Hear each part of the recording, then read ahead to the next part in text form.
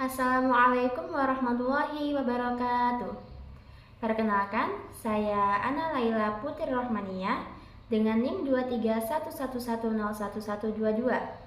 Pada kesempatan kali ini, saya akan menyampaikan tanggapan mengenai tren pendidikan Islam di era digital, khususnya dalam menghadapi fenomena degradasi moral generasi muda. Video kali ini merupakan bagian dari tugas mata kuliah pengembangan sistem evaluasi. Seperti yang kita ketahui bahwa pendidikan Islam saat ini tidak dapat terlepas dari yang namanya perkembangan teknologi. Namun di sisi lain muncul berbagai tantangan moral yang perlu kita kritisi bersama dan kita atasi melalui solusi yang tepat. Untuk itu, mari kita bahas kelanjutannya. Jika kita perhatikan, generasi muda saat ini sangat dekat dengan yang namanya media sosial, internet, dan berbagai tren digital. Hal ini sebenarnya memberi banyak manfaat, terutama dalam hal akses informasi dan juga komunikasi. Namun jika tidak diimbangi dengan nilai agama dan kontrol diri, teknologi justru dapat mempengaruhi perilaku seseorang. Akibatnya muncul sikap seperti kurangnya sopan santun, menurunnya kemampuan menyaring informasi, mudah terpengaruh oleh isu-isu digital, serta kecenderungan pada perilaku yang tidak sesuai dengan nilai moral. Fenomena ini yang menjadi tantangan nyata bagi pendidikan Islam di era digital saat ini.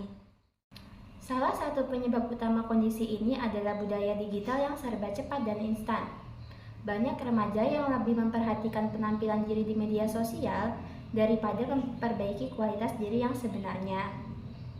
Konten yang viral cenderung lebih mempengaruhi perilaku seseorang dibandingkan dengan konten yang berisi nasihat.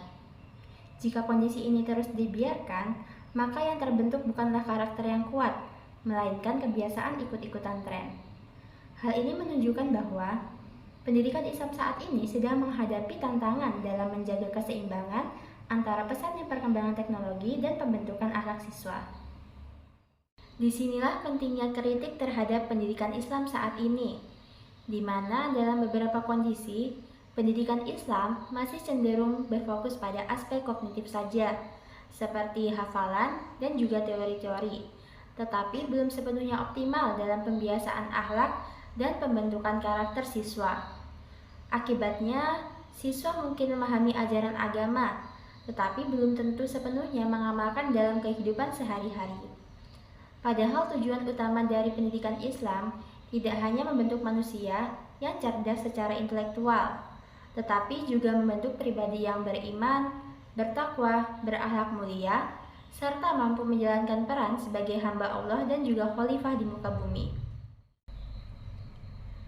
Hal ini sejalan dengan ajaran dalam Al-Quran, khususnya dalam Quran Surah Luqman ayat 13-19 yang berisi nasihat tentang tauhid, sholat, kesabaran, rendah hati, serta adab dalam berbicara.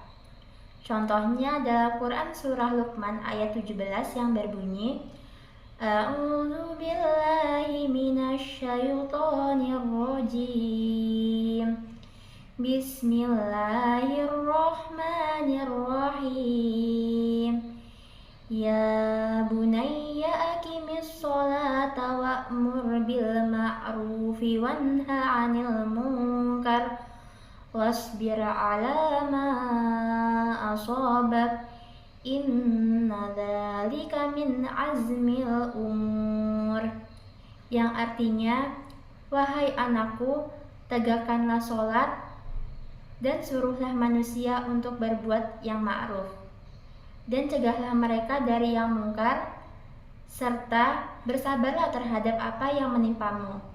Sesungguhnya yang demikian itu termasuk dalam urusan yang harus diutamakan. Ayat tersebut menunjukkan bahwa pendidikan Islam tidak hanya menekankan pada aspek pengetahuan saja, tetapi juga pada pembentukan sikap dan perilaku dalam kehidupan sehari-hari, seperti menjaga sholat 5 waktu, mengajak pada kebaikan, serta bersabar dalam menghadapi kehidupan. Rasulullah SAW juga bersabda yang berbunyi, Innama bu'istu li utammima makarimal akhlak, yang artinya, sesungguhnya aku diutus untuk menyempurnakan akhlak yang mulia. Hadis tersebut menunjukkan bahwa Akhlak merupakan inti dari ajaran Islam. Secara rasional, hal ini juga sangat relevan, karena seseorang yang berilmu belum tentu memiliki akhlak yang baik. Bahkan tanpa akhlak, ilmu dapat disalahgunakan. Oleh karena itu, pendidikan Islam perlu menyeimbangkan antara kecerdasan intelektual dan juga karakter. Sebagai solusi, pendidikan Islam perlu lebih kontekstual dan dekat dengan realita kehidupan remaja saat ini, di mana guru tidak hanya menjadi penyampai pengetahuan, tetapi juga menjadi teladan dalam bersikap dan berperilaku. Selain itu, orang tua juga memiliki peran penting dalam membimbing anak di tengah perkembangan teknologi dan media sosial. Kemudian, pembelajaran agama juga perlu dikaitkan dengan persoalan nyata seperti etika dalam bermedia sosial, pergaulan, dan bijak dalam menggunakan teknologi. Selanjutnya, pembentukan karakter dapat dilakukan melalui pembiasaan kegiatan positif di sekolah seperti sholat berjamaah, berinfak, membaca Al-Quran, serta membiasakan sikap disiplin, sopan santun, dan saling menghormati.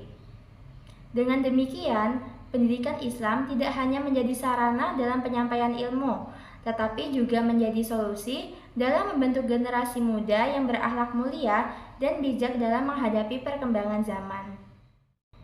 Sebagai penutup, degradasi moral generasi muda merupakan tantangan nyata yang perlu dijawab melalui pendidikan Islam yang kuat, relevan, dan berorientasi pada pembentukan akhlak.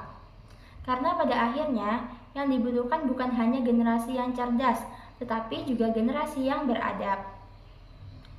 Sekian video tanggapan dari saya mengenai tren pendidikan Islam di era digital. Semoga pembahasan ini membawa manfaat dan dapat menambah wawasan bagi kita semua. Sekian dari saya akhiri. Wabillahi taufiq wal hidayah. Wassalamualaikum warahmatullahi wabarakatuh.